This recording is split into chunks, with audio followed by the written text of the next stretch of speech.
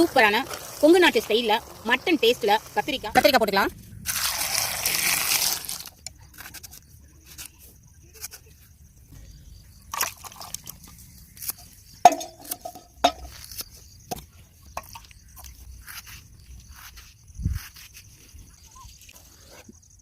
சட்டி வச்சுக்கலாம். ஆயில் ஊற்றிக்கலாம். போட்டுக்கலாம். 7 கிராம் போட்டுக்கலாம். 4 ஏலக்காய் போட்டுக்கலாம். சோம்பு போட்டுக்கலாம். வெங்காயம் போட்டுக்கலாம். தக்காளி போட்டுக்கலாம். கொஞ்சம் முந்திரி பருப்பு போட்டுக்கலாம். சோம்பு போட்டுக்கலாம். கத்திரிக்காய் போட்டுக்கலாம். தேவையான அளவு மஞ்சள் தூள் சேர்த்துக்கலாம். மிளகாய் தூள் சேர்த்துக்கோங்க. கரம் மசாலா கொஞ்சம் சேர்த்துக்கலாம். நல்லா கிண்டிக்கலாம். தேவையான அளவு உப்பு போட்டுக்கலாம். அரைச்சி வச்ச மசாலாவை போட்டுக்கலாம். இப்படி கிண்டிக்கலாம். கொத்தமல்லி தலை போட்டுக்கலாம். கொஞ்சம் போட்டுக்கலாம். இப்போ இதை நல்லா வதக்கலாம்.